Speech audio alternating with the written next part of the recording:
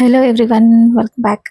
So ನಾನಿವತ್ತು ನಿಮಗೆ ಒಂದು ಗಿಲ್ಟ್ ಫ್ರೀ ಪಿಜ್ಜಾ ಅಂತ ಏನು ಕೇಳ್ತಾ ಇದ್ದೀನಿ ಅಂದರೆ ನಾನಿಲ್ಲಿ ಮೈದಾ ಯೂಸ್ ಮಾಡ್ತಾ ಇಲ್ಲ, ಅದ್ರ ಬದಲಾಗಿ ವೀಟ್ ಬ್ರೆಡ್ ಯೂಸ್ ಮಾಡ್ತಾ ಇದ್ದೀನಿ.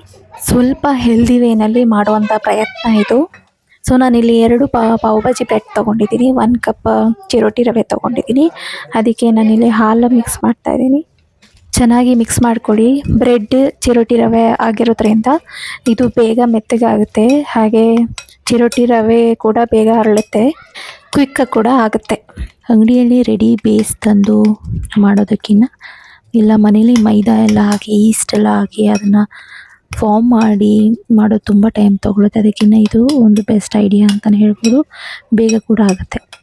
ಸೊ ನಾವಿಲ್ಲಿ ಏನು ಮಿಕ್ಸ್ ಮಾಡ್ಕೊಂಡಿದ್ದೀವಿ ಅದನ್ನು ಗ್ರೈಂಡ್ ಮಾಡ್ಕೊಳ್ಳಿ. ಫೈನ್ ಪೇಸ್ಟ್ ಹಾಕಬೇಕು. ಸೊ ಆವಾಗ ಮಾತ್ರ ನಾವು ಬೇಸ್ ಥರ ಮಾಡಲಿಕ್ಕಾಗತ್ತೆ. ಸೊ ನಾನಿಲ್ಲಿ ಒಂದು ಪ್ಯಾನ್ ತೊಗೊಂಡು ಅದಕ್ಕೆ ಆಯಿಲ್ ಗ್ರೀಸ್ ಮಾಡ್ತಾಯಿದ್ದೀನಿ. ಈಗ ನಾವೇನು ಗ್ರೈಂಡ್ ಮಾಡ್ಕೊಂಡಿದ್ದೀವೋ ಆ ಪೇಸ್ಟನ್ನು ಎಲ್ಲ ಹಾಕೋಣ. ಇದನ್ನು ನೀಟಾಗಿ ನಾವು ಹೇಗೆ ದೋಸೆ ಇಲ್ಲ ಚಪಾತಿ ಹದದಲ್ಲಿ ಇರುತ್ತೋ ಆ ರೀತಿ ಇದನ್ನು ಸ್ಪೂನ್ ಸಹಾಯದಿಂದ ಫಾರ್ಮ್ ಮಾಡಿ ಇದನ್ನು ಚೆನ್ನಾಗಿ ಕುಕ್ ಮಾಡಬೇಕಾಗತ್ತೆ. ಯಾಕೆಂದರೆ ಇದರಲ್ಲಿ ಚಿರೋಟಿ ರವೆ ಹಾಕಿರೋದ್ರಿಂದ ಅದು ಸ್ವಲ್ಪ ಚೆನ್ನಾಗಿ ಬೇಯಬೇಕು. ತಕ್ಷಣವೇ ದೋಸೆ ಥರ ನಾವು ಇದು ಸ್ವಲ್ಪ ಬೆಂದ ತಕ್ಷಣ ಎತ್ತಾಕ್ಬಿಡೋಕ್ಕಾಗಲ್ಲ. ಸೊ ಇದನ್ನು ಚೆನ್ನಾಗಿ ಬೇಯಿಸಬೇಕು. ಸ್ವಲ್ಪ ಆಯಿಲ್ ಹಾಕ್ಕೊಳ್ಳಿ. ನಾನಿಲ್ಲಿ ಜಾಸ್ತಿ ಆಯಿಲ್ ಆಗಲಿ ಮೈದಾ ಆಗಲಿ ಏನೂ ಯೂಸ್ ಮಾಡ್ತಾಯಿಲ್ಲ, ಅದೊಂದು ಬೆಸ್ಟ್ ಪಾರ್ಟ್. ಪಿಜ್ಜಾ ಅಂತ ಬಂದಾಗ ಗಿಲ್ಟ್ ಬೇಡ, ಆರಾಮಾಗಿ ಈ ಥರ ಮಾಡಿಕೊಂಡು ನೀವು ತಿನ್ಬೋದು. ನೋಡಿ ಈ ಥರ ದೋಸೆ ಥರ ಆಗಿದೆ. ಇನ್ನು ಸ್ವಲ್ಪ ಚೆನ್ನಾಗಿ ಬೇಯಿಸ್ಕೋಬೇಕು.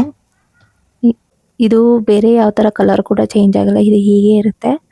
ಸ್ವಲ್ಪ ಚೆನ್ನಾಗಿ ತಿರುವು ಹಾಕಿ ಬೇಯಿಸ್ಕೊಳ್ಳಿ. ಇದು ಪಿಜ್ಜಾ ರೆಡಿ ಆದಮೇಲೂ ಕೂಡ ತಿನ್ನಲಿಕ್ಕೆ ತುಂಬ ಸಾಫ್ಟಾಗಿರುತ್ತೆ, ಬೇರೆ ಪಿಜ್ಜಾ ಥರ ದಪ್ಪ ದಪ್ಪ ಇರಲ್ಲ. ನೋಡಿ ಇದು ಆಲ್ಮೋಸ್ಟ್ ಆಗಿದೆ. ಇದಾದಮೇಲೆ ನಾನಿಲ್ಲಿ ಸ್ಪ್ರೆಡ್ಡಿಂಗಿಗೆ ನಾನಿಲ್ಲಿ ಪಿಜ್ಜಾ ಸಾಸ್ ಯೂಸ್ ಮಾಡ್ತಾಯಿದ್ದೀನಿ. ಇಲ್ಲ ಅಂದವರು ಜಸ್ಟ್ ಟೊಮೆಟೊ ಸಾಸ್ ಕೂಡ ಯೂಸ್ ಮಾಡ್ಬೋದು. ಟೊಮೆಟೊ ಸಾಸ್ ಜೊತೆ ಮಯೋನೀಸ್ ಮಿಕ್ಸ್ ಮಾಡಿ ಸ್ಪ್ರೆಡ್ ಮಾಡ್ಕೊಳ್ಳಿ. ಪಿಜ್ಜಾ ಸಾಸ್ ಇರೋರು ಡೈರೆಕ್ಟಾಗಿ ಪಿಜ್ಜಾ ಸಾಸ್ ಹಾಕಿ ಸಾಕು, ಮಯೋನೀಸ್ ಏನು ಹಾಕಬೇಕಂತಿಲ್ಲ, ಆ ಟೇಸ್ಟೇ ಚೆನ್ನಾಗಿರುತ್ತೆ. ಈ ಥರ ನೀಟಾಗಿ ಸ್ಪ್ರೆಡ್ ಮಾಡ್ಕೊಳ್ಳಿ. ಎಲ್ಲೂ ಗ್ಯಾಪ್ ಬರ್ತಾ ಇರೋ ಥರ, ಜಾಸ್ತಿನೂ ಆಗಬಾರ್ದು ಕಮ್ಮಿನೂ ಆಗಬಾರ್ದು, ಒಂದು ಲೆವೆಲಾಗಿ ಈ ಥರ ಸ್ಪ್ರೆಡ್ ಮಾಡ್ಕೊಳ್ಳಿ. ಇದು 1 ಲೇಯರ್ ಸಾಸ್ ಹಾಕಿದರೆ ಸಾಕು, 2 ಲೇಯರ್ಸ್ ಏನು ಬೇಡ. ನಾನಿಲ್ಲಿ ಈಗ ಶ್ರೆಡೆಡ್ ಚೀಸ್ ಹಾಕೋತಾ ಇದ್ದೀನಿ, ತುರಿದಿರೋ ಅಂಥ ಚೀಸು. ಈಗ ನಾನು ಆನಿಯನ್ನ ಜೋಡಿಸ್ಕೋತಾ ಇದ್ದೀನಿ. ನಿಮ್ಗೆ ಹೇಗೆ ಬೇಕೋ ಹಾಗೆ ಹಾಕ್ಕೋಬೋದು. ನಾನು ಸ್ವಲ್ಪ ಜಾಸ್ತಿನೇ ವೆಜಿಟೇಬಲ್ಸ್ ಯೂಸ್ ಮಾಡ್ತೀನಿ. ಯಾವುದೇ ಡಿಶ್ ಬಂದರೂ ನಾನು ಜಾಸ್ತಿ ವೆಜಿಟೇಬಲ್ಸ್ ಯೂಸ್ ಮಾಡ್ತೀನಿ. ಯಾವಾಗಲೂ ಆ ಅಳತೆಯಲ್ಲಿರಬೇಕು, ಕಾರ್ಬ್ಸ್ ಕಡಿಮೆ ಇರಬೇಕು, ವೆಜಿಟೇಬಲ್ಸ್ ಜಾಸ್ತಿ ಇರಬೇಕು. ಇಲ್ಲಿ ಟೊಮೆಟೊ ಸ್ಲೈಸಸ್ನ ನಾನು ಅರೇಂಜ್ ಮಾಡ್ಕೋತಾ ಇದ್ದೀನಿ. ಯಾವ ಥರ ನಿಮಗೆ ವೆಜಿಟೇಬಲ್ಸ್ ಇಷ್ಟನೋ ಅದನ್ನು ಯೂಸ್ ಮಾಡ್ಬೋದು. ನಾನಿಲ್ಲಿ ಬೇಸಿಕ್ ಆಗಿರೋ ವೆಜಿಟೇಬಲ್ ಯೂಸ್ ಮಾಡ್ತಾಯಿದ್ದೀನಿ. ಜಸ್ಟ್ ಆನಿಯನ್, ಟೊಮ್ಯಾಟೊ ಮತ್ತು ಕ್ಯಾಪ್ಸಿಕಮ್ ಯೂಸ್ ಮಾಡ್ತಾಯಿದ್ದೀನಿ. ಕಾರ್ನ್ ಇರೋರು ಕಾರ್ನ್ ಕೂಡ ಹಾಕ್ಕೊಳ್ಳಿ. ಯಾವುದೇ ಒಂದು ಡಿಶ್ ಆದರೂ ವೆಜಿಟೇಬಲ್ಸ್ ಜಾಸ್ತಿ ಯೂಸ್ ಮಾಡಿ, ಅದರಿಂದ ಹೆಲ್ತಿಗೆ ತುಂಬ ಒಳ್ಳೆಯದು. ಏನೇನೋ ತಿನ್ನೋದಕ್ಕಿಂತ ವೆಜಿಟೇಬಲ್ಸ್ ತಿನ್ನೋದು ಬೆಟರ್. ಈ ಥರ ಎಲ್ಲ ಅದು ಅರೇಂಜ್ ಮಾಡ್ಕೊಂಡ್ಮೇಲೆ ನಾವು ಇಲ್ಲಿ ಪಿಜ್ಜಾ ಮಿಕ್ಸ್ನ ಯೂಸ್ ಮಾಡ್ತಾಯಿದ್ದೀನಿ. ನೀವು ಪಿಜ್ಜಾ ಮಿಕ್ಸ್ ಇಲ್ಲ ಅಂತ ಅಂದವರು ಹೊರಗೇನೋ ಕೂಡ ಹಾಕ್ಬೋದು, ಇಲ್ಲಾಂದರೆ ಮಿಕ್ಸ್ ಹರ್ಬ್ಸ್ ಅಂತ ಬರುತ್ತೆ ಅದು ಕೂಡ ಹಾಕ್ಬೋದು. ಸೊ ಇದೆಲ್ಲ ಸ್ವಲ್ಪ ಜಾಸ್ತಿನೇ ಹಾಕ್ಕೊಳ್ಳಿ, ಟೇಸ್ಟ್ ಚೆನ್ನಾಗಿರುತ್ತೆ. ಇದೆಲ್ಲ ಆದಮೇಲೆ ನಾನು ಅಟ್ ಲಾಸ್ಟ್ ಇನ್ನೊಂದು ಟಾಪ್ ಲೇಯರ್ ಚೀಸ್, ಶ್ರೆಡೆಡ್ ಚೀಸ್ ಹಾಕ್ತಾಯಿದ್ದೀನಿ. ಸೊ ಇದು ಮೆಲ್ಟ್ ಆದಾಗ ಪಿಜ್ಜಾ ಟೇಸ್ಟ್ ತುಂಬ ಚೆನ್ನಾಗಿರುತ್ತೆ.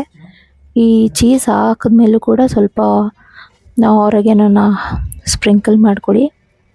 ಅದು ಕುಕ್ ಆದಮೇಲೆ ತುಂಬ ಚೆನ್ನಾಗಿರುತ್ತೆ ಟೇಸ್ಟು ತಿನ್ನಲಿಕ್ಕೆ. ಈ ಪಿಜ್ಜಾನ ನೀವು ಪ್ಯಾನ್ನಲ್ಲೂ ಕೂಡ ಕುಕ್ ಮಾಡ್ಬೋದು, ಇಲ್ಲ ಓವೆನ್ ಇರೋರು ಓವೆನಲ್ಲಿ ಕೂಡ ಕುಕ್ ಮಾಡ್ಬೋದು. ಏಕೆಂದರೆ ಬೇಸ್ ಆಲ್ರೆಡಿ ನಾವು ಕುಕ್ ಮಾಡಿಬಿಟ್ಟಿದ್ದೀವಿ. ಸೊ ನಾನಿಲ್ಲಿ ನಮ್ಮ ಮನೆಯಲ್ಲಿ ಇರೋದು LG ಚಾರ್ಕೋಲ್ ಮೈಕ್ರೋವೇವ್ ಓವನ್. ಇದರಲ್ಲಿ ಆಲ್ರೆಡಿ ಪ್ರೀ ಪ್ರೋಗ್ರಾಮ್ಡ್ ಆಪ್ಷನ್ ಇದೆ ಪಿಜ್ಜಾ ಮಾಡಲಿಕ್ಕೆ. ಅದು ಕಿಡ್ಸ್ ಡೈರಿ ಸೆಕ್ಷನಲ್ಲಿ 4th ಆಪ್ಷನು. ನಾವು ಜಸ್ಟ್ ಇಲ್ಲಿ ಕಿಡ್ಸ್ ಡೈರಿ ಸೆಕ್ಷನ್ ಅಂತಿದೆ, ಅದ್ರ ಮೇಲೆ ಕ್ಲಿಕ್ ಮಾಡಿ 1 2 3 4th ಆಪ್ಷನ್ ಸೆಲೆಕ್ಟ್ ಮಾಡಿ ಪ್ರೀ ಹೀಟ್ ಮಾಡೋದು. ಪ್ರೀ ಹೀಟ್ ಮಾಡಾದಮೇಲೆ ನಾವು ಪಿಜ್ಜಾನ ಇಟ್ಬಿಟ್ಟು ಕುಕ್ ಮಾಡಬೇಕು. ಅದು ಆಟೋಮೆಟಿಕ್ಕಾಗಿ ಟೈಮಿಂಗ್ಸ್ ಅದೇ ತೊಗೊಳುತ್ತೆ. ಇಲ್ಲಿ ಅದು 13 ಮಿನಿಟ್ಸ್ ತೊಗೊಂಡಿದೆ ಒಂದು ಪಿಜ್ಜಾನ ಬೇಕ್ ಮಾಡಲಿಕ್ಕೆ. ನೋಡಿ ಇವಾಗ ಆಗಿದೆ, ನಾವು ಹೊರಗಡೆ ತೆಗಿತಾ ಇದ್ದೀನಿ. ಒನ್ಸ್ ಕುಕ್ ಆದ ತಕ್ಷಣ ಅದಾಗದೆ ಕೂಲ್ ಆಗಿಬಿಡುತ್ತೆ. ಇದೆಲ್ಲ ಪ್ರೀಸೆಟ್ ಆಪ್ಷನ್ಸು. ಈ ಥರ ಎಲ್ಲ ಕುಕ್ ಆದಮೇಲೆ ಪಿಜ್ಜಾ ಕಟ್ಟರಲ್ಲಿ ಕಟ್ ಮಾಡ್ಕೊಳ್ಳಿ ನೀಟಾಗಿ 4 ಪೀಸಸ್ ಆಗಿ. ಪಿಜ್ಜಾ ಕಟ್ಟರ್ ಇದ್ದರೆ ಬೆಸ್ಟ್, ಇಲ್ಲಾಂದರೆ ನೀವು ನೈಫ್ ಕೂಡ ಯೂಸ್ ಮಾಡ್ಬೋದು. ಬಟ್ ಪಿಜ್ಜಾ ಕಟ್ಟರ್ ಯೂಸ್ ಮಾಡಿದ್ರೆ ತುಂಬ ಚೆನ್ನಾಗಿ ಸ್ಲೈಸಸ್ ಆಗಿ ಬರುತ್ತೆ. ಸೊ ಅದಕ್ಕೆ ಅಂತಲೇ ಮಾಡಿರ್ತಾರೆ. ಸೊ ನೋಡಿ ರೆಡಿಯಾಗಿದೆ. It's ready to serve. ಆರಾಮಾಗಿ ಈ ಥರ ಮನೇಲೇ ಎಷ್ಟು ಬೇಕಾದ್ರೂ ಮಾಡ್ಕೊಂಡು ತಿನ್ನಿ. ಇದು ವೀಟ್ ಬೇಸ್ ಆಗಿರೋದ್ರಿಂದ ಆರಾಮಾಗಿ ಮಾಡ್ಕೊಂಡು ತಿನ್ಬೋದು ಗಿಲ್ಟ್ ಫ್ರೀಯಾಗಿ. Thanks for watching. ರೆಸಿಪಿ ಇಷ್ಟ ಆಗಿದ್ರೆ ಸಬ್ಸ್ಕ್ರೈಬ್ ಮಾಡಿ.